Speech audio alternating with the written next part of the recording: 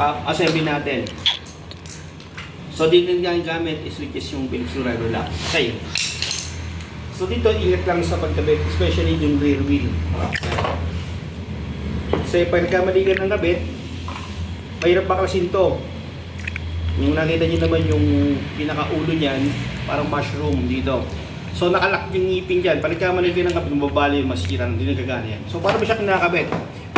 So dito, meron siyang palatandaan, designated right sa left.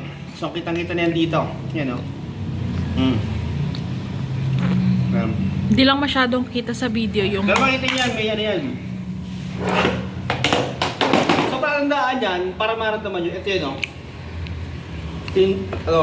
Kaya pagkita yung assemble. Tignan nyo, ito lagi yung pag ganito, it means yun yung nasa likuran.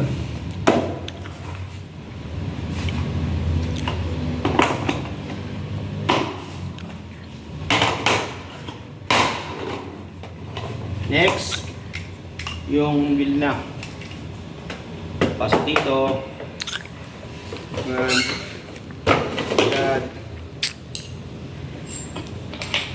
Dito.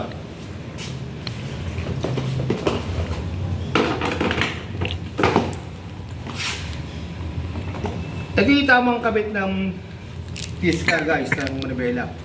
So ginagawa natin, binabaliktad natin siya.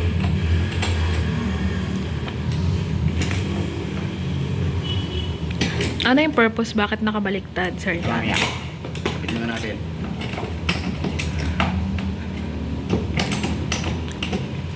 Guys, pag nilak nyo sigurado yung may pit up. Kasi kapag hindi nyo nilak ito ng maayos at maluwag, babalik ulit itong steering wheel niya ni manibela. Yan, hindi nyo magagamit na maayos yan. Okay, last, yung takip. Yan. Bubulit yung stem natin. So kaya ganito pinagagawa ko at baliktad kasi yung turning point ito kasi ninyo mas malaki. Yan.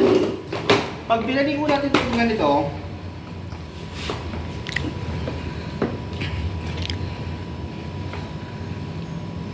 okay, yung tama. Hindi yung turning point ng left to right ha.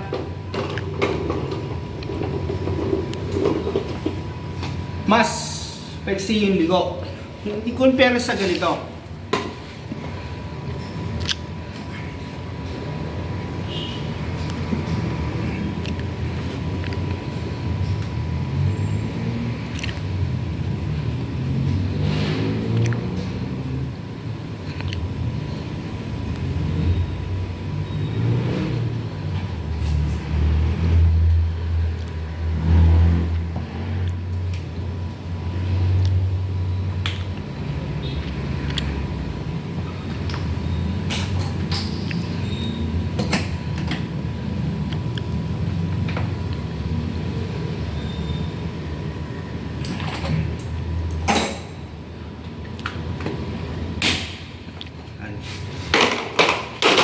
Iliko. Mas pa na iliko. Twist ka.